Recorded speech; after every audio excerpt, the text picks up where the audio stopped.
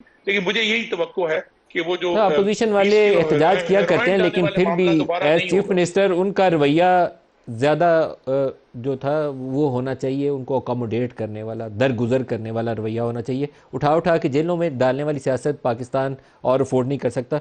राजा साहब, आपसे जानना चाहूँगा, ये जो ख़वातीन कैदी हैं, ख़ासतौर पर 9 मई के वाक़यात के अंदर जो लोग मुलव्वस हैं या जिनके ऊपर इल्ज़ाम है, सज़ा का अमल तो इनको अदालतों से होना है, मुकदमात बन चुके हैं, तो क्या इनकी ज़मानत के लिए एज चीफ मिनिस्टर मरियम नवाज़ कुछ इकदाम कर सकती हैं या कानूनी तौर पर कोई रुकावट है इसमें?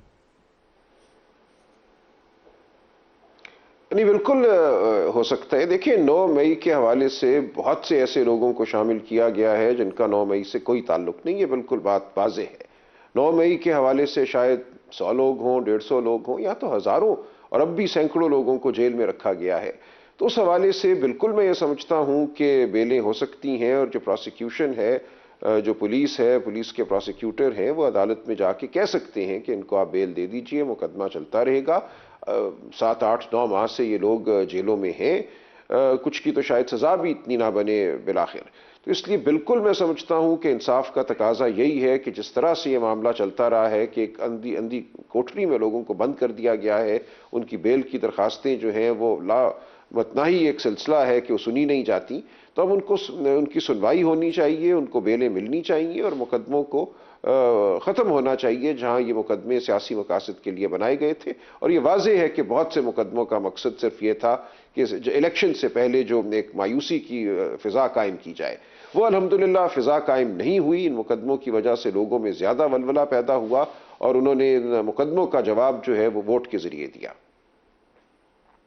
राजा साहब, जो एक अपोजिशन और हुकूमत का पाकिस्तान में पिछले तवील अरसे से हम एक सिलसिला देखते हैं कि जो अपोजिशन में आता है वो सोचता है कि उसका काम एक ही है, एहतजाज करना, और हुकूमत वाला अपनी ताकत जो है वो लाठी के ज़ोर पर उसका इख्तियार इस्तेमाल करने की कोशिश करता है। दोनों रवैये मनफी हैं और पाकिस्तानी सियासत को नुकसान पहुँचता है। क्या कोई तब्दीली आएगी? एक खातून वज़ीर आला बनी है, तो क्या रवैयों में हम तब्दीली देखेंगे या वही डिक्टेटोरियल स्टाइल होगा कि उठाओ जेलों में डाल दो, एक एक को मूँछों से पकड़ के जेल में डाल दूंगा? इमरान खान भी ये लफ्ज़ इस्तेमाल करते थे। तो हमें कुछ चेंज चाहिए, पाकिस्तान के लोगों को कुछ सांस लेने का मौका मिलना चाहिए।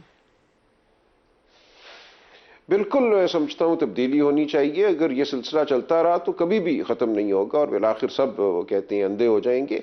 ये इंतकाम का रवैया बिल्कुल ख़त्म होना चाहिए, और मैं उम्मीद करता हूँ कि इंतकामी सियासत नहीं होगी।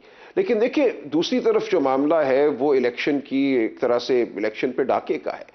उससे कैसे हम सरफे नज़र कर सकते हैं? वो एक बहुत बड़ी बदअहदी होगी अपने वोटर के साथ। मैं ज़ाती तौर पे ये कहता हूँ, मेरे लिए मुमकिन नहीं है कि मैं अपने वोटर को कहूँ कि मैं एहतजाज करना छोड़ दूंगा। मुझे पता है कि मैं 98,000 वोटों से जीता हूँ। मेरे फॉर्म 45 बिल्कुल 2 दिन बाद हमने इलेक्शन कमीशन में जाके दायर कर दिए। इलेक्शन कमीशन ने उनको देखना पसंद नहीं किया, और आज 2 ढाई हफ्ते हो गए हैं इस मामले को। तो ये इस तरह नहीं चल सकता मामला। अगर इलेक्शन कमीशन ने सुनवाई दी होती, हमें इलेक्शन कमीशन ने बुलाया होता, आरओज को कहा होता कि बताओ ये फॉर्म 45 कहां से आए, तुम्हारे फॉर्म 45 कौन से हैं, ये सब कुछ पहले 2-3 दिनों में हो सकता था। लेकिन इलेक्शन कमीशन ने ऐसा नहीं किया। हमने तो दूसरे दिन ही जाके फाइल कर दिए, इंटरनेट पे चढ़ा दिए।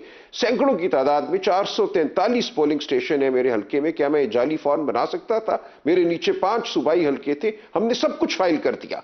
और उसके बावजूद इलेक्शन कमीशन का जो रवैया था वो ये था कि हम इनको देखेंगे भी नहीं। इस वजह से मैं समझता हूं बहुत बड़ी बुराई पैदा हुई है। अगर इलेक्शन कमीशन ने अपना काम किया होता, वो ताकत इस्तेमाल की होती जो कानून ने दी है, तो ये मामला बड़ी हद तक तय हो गए होते और आज हम इस सूरत हाल से दो चार ना होते।